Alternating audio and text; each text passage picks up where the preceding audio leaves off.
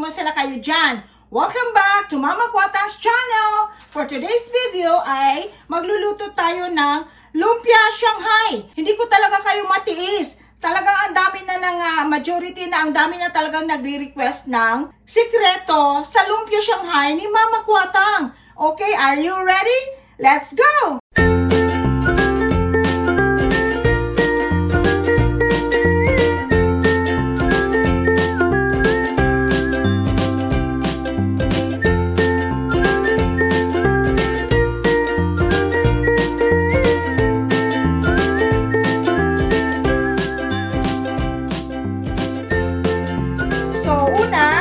Meron ako dito ang mga ingredients natin na kakailanganin ay bawang, garlic, ayan, and then sibuyas, singkamas. Ito yung isa sa mga sikretong ingredients ng lumpia Shanghai ko. At saka itong carrots, asin of course, and then garlic powder, black pepper, and of course, the ground meat. Pwedeng ground pork or ground beef, nasa inyo na kung ano yung gusto nyo gawin. Pero ito ay ground pork.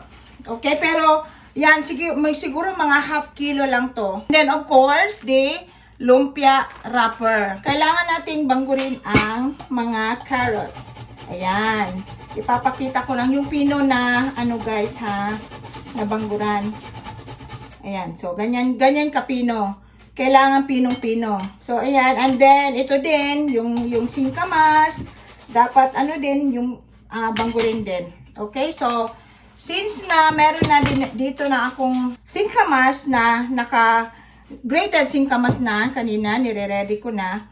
Ayan. So una, itong meat muna natin ang tanggalin dito sa ziplock. Pero, isa sa mga sikreto ng lumpia na to, sa paggawa natin ng lumpia, ay yung meat sa akin, kailangan ko muna itong ilagay sa microwave for about 5 minutes. So, okay, I'll be back. So, ilagay ko muna ito sa microwave for 5 minutes. Okay, ito na guys. Nilagay ko na ito sa microwave for 5 minutes. Guys, bakit i-microwave ko pa ang meat? Parang naging siya, ang meat ay niluluto half cook. So, pero hindi fully cook. So, parang siya, pag the time na i-roll mo na niya mamaya sa wrapper, at saka iprito, sure ka talaga na yung meat mo inside sa ginawa mong lumpia ay luto na. In case na sasabihin nyo naman sa akin na, ay, mama, wala kaming microwave. It's okay, don't worry. Pwede mo ding i-steam ito, ang meat. Pero wag mong patagalin doon sa steamer, ha? Basta lang something like, meron pang medyo pinkish ang meat. So, yan. Okay na yan. Pero wag mong patagalin. Then, after that, kasi diba may siya tubig from the meat. Salain muna natin itong karne. Mawala ang mga tubig. At saka medyo maging dry din siya. Kasi, pag mag-roll up na tayo mamaya, ibalot na siya sa wrapper. Hindi magandang pag siya medyo mabasa. Pero alam ko, marami ding mga different ways sa paggawa ng lumpia Shanghai. Pero ito lang yung recipe na natutunan ko talaga from my mama. And then, pwede mong ilagay sa freezer for 1 month. And then, yun. Na lang, unti mo nang iprito, may ulam na, masarap pa. Okay, yan. Tingnan mo kung gaano kadami ang tubig from the meat. And then, for our singkamas sa talong. Okay? And then, meron ako ditong cheesecloth. So, ibalot ko to kasi kailangan, napigain natin. Kunin natin ang, tingnan nyo guys, na tubig from the singkamas. Yan. Carrots naman. O, tingnan nyo, yan. Guys, after this, iinumin ko tong carrot juice at singkamas. Okay, pangpaganda ng ready na for mixing. Talaga guys, malakas kayo sa akin. Kasi, hindi ko pa talaga i-reveal itong sikreto sa lumpia. Kasi, nag-iisip pa ako kasi from my mama at from my lola, from my mama's mama, lola's lolas. Kaya, may mga na din, na mga innovations na paggawa ng lumpia. Yung iba, nilalagyan ng raisins. Yung iba, nilalagyan ng cheese. Kamayan ko na guys ha. Anyway, I wash na. Hugas naman ako. Kasi mas ano yung mixing ko pag. Iba, naglalagay ng cheese. Yung iba, raisins. Ganyan. So, it's up to you. Pero ito sa akin guys, kasi guaranteed na ma-stock ito sa freezer for 1 month. Or kung may ano holidays or especially this Christmas, alam nyo guys, nakastock na mga lumpia, Shanghai ko sa freezer. Ready na for Christmas and for New Year. Take note ha, for New Year, matagal pa yon, ilang days pa. Yung mga tibugol-bugol, yan, iano mo, para ma-mix. So, and then, of course, itong sibuyas na mince, yung pinong-pino talaga guys ha. Huwag yung malalaki na pagkahiwa. Ito medyo marami yung nilagay kong onions kasi mahilig kami, family na medyo spicy. Pagkagat mo, crunchy, crispy, and then yan, and then the garlic. Mangamoy siya ng bawang at saka yung ganyan. So, and then, lalagyan ko ng asin. Dahan-dahan lang sa paglagay ng asin guys ha, kasi sa totoo lang, ang meat mismo, chicken or pork, may ano na siya, may alat na, may lasa na ang meat. Lalagyan natin ng garlic powder. Sa sinabi ko sa inyo, mahilig kasi kami na medyo spicy. Kaya, wow. Guys, ang tip ko sa inyo, yung isang kamay, itong magmi-mix. Okay? And then, itong isa ay, siyang magkuha ng mga ano man yung i-reach out mo na, ano. So, ito lang talaga. Okay? Para hindi yung ma-contaminated yung, ano ninyo, yung pagkain, yung meat. Especially yung meat, very ano talaga, delicate yan pagdating sa mga contamination. Hands for mixing, and this one a dirty fork. You know, whatever na i-reach out and then kukunin ninyo. So, ayan, na-mix ko na. Ito na yung mixture ng lumpia Shanghai ni Mama Kwatang. At saka, ito yun, ang simple lang. Diba? Madali lang. Ayan guys, ready na to. Yung next step natin ay magra-wrap na tayo sa ano natin sa lumpia. Okay, and then I would like to ask Yani, natutulungan ako dito. Okay guys, may assistant ako dito. Yani! Hi guys! Ano? Say something! Hi guys! Hi ka naman. O yan na, next step guys ay maglilikit na kami ng lumpia. Guys, yan. So tip ko guys, kasi na-try na namin to ni Fabio, ang tip ko is kunin nyo yung tamang lumpiang wrapper kasi nung nakuha namin, iba yun.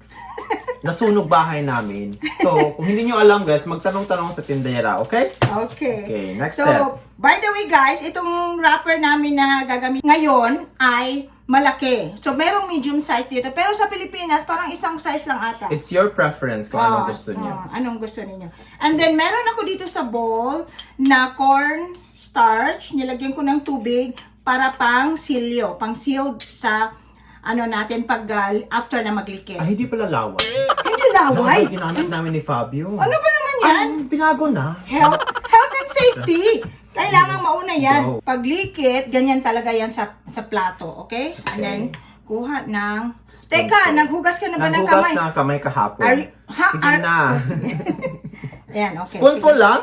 Ganyan lang. Sige. And then, you have to... Spoonful lang? Hindi na damihan? Sige, pakita ko dito sa akin. Meron din ako. Hindi. Ano lang, kung pang negosyo, so ganyan lang. Isang... Okay. Tapos, i-ano mo, i-press sa kamay. And then... Ano kung hawakin? Ganyan.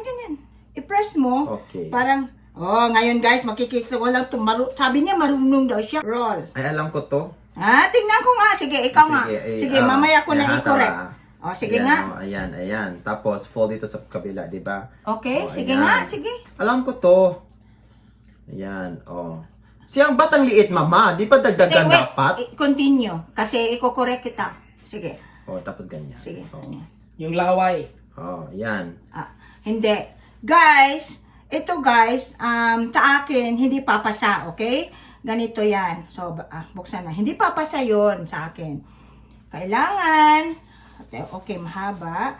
And then, roll, press, cover mo nito na, tapos press, pag roll, palaging nakapress, okay?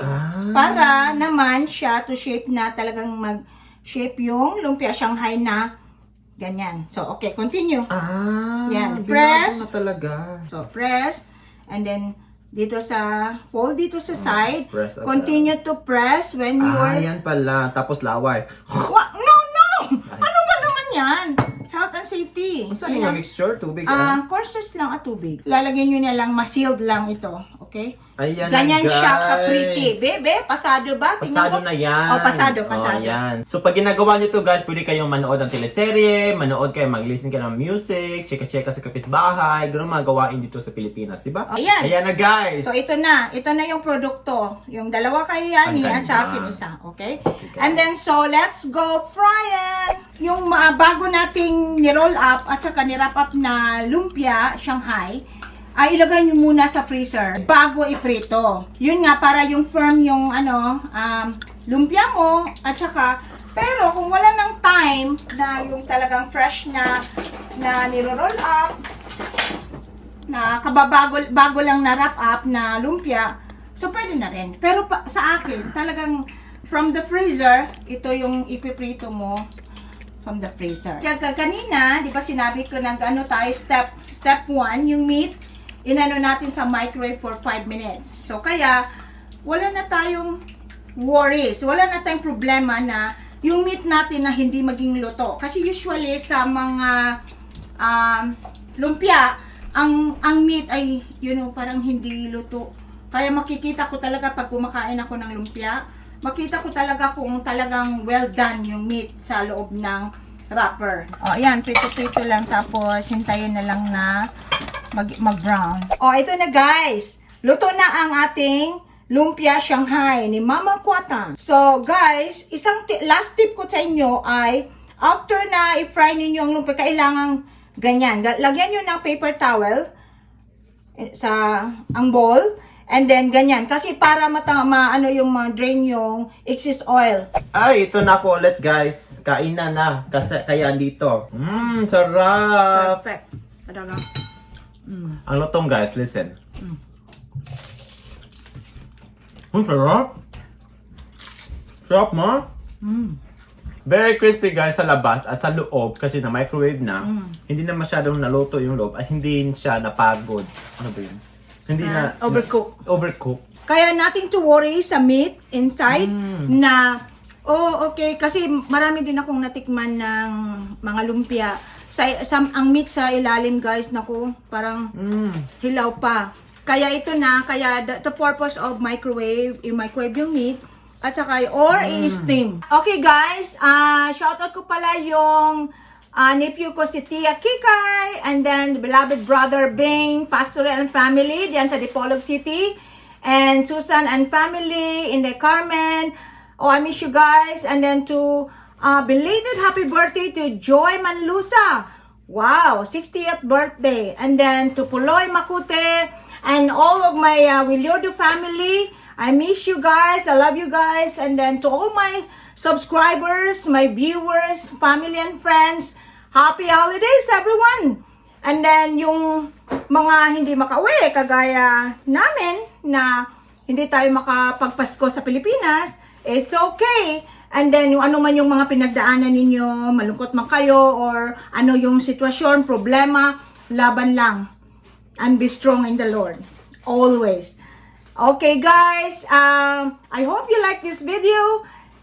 Please don't forget to like, share, comment below, and subscribe to Mama Kwatang's channel. Bye for now. Happy holidays, everyone. I love you. I miss you guys. Bye.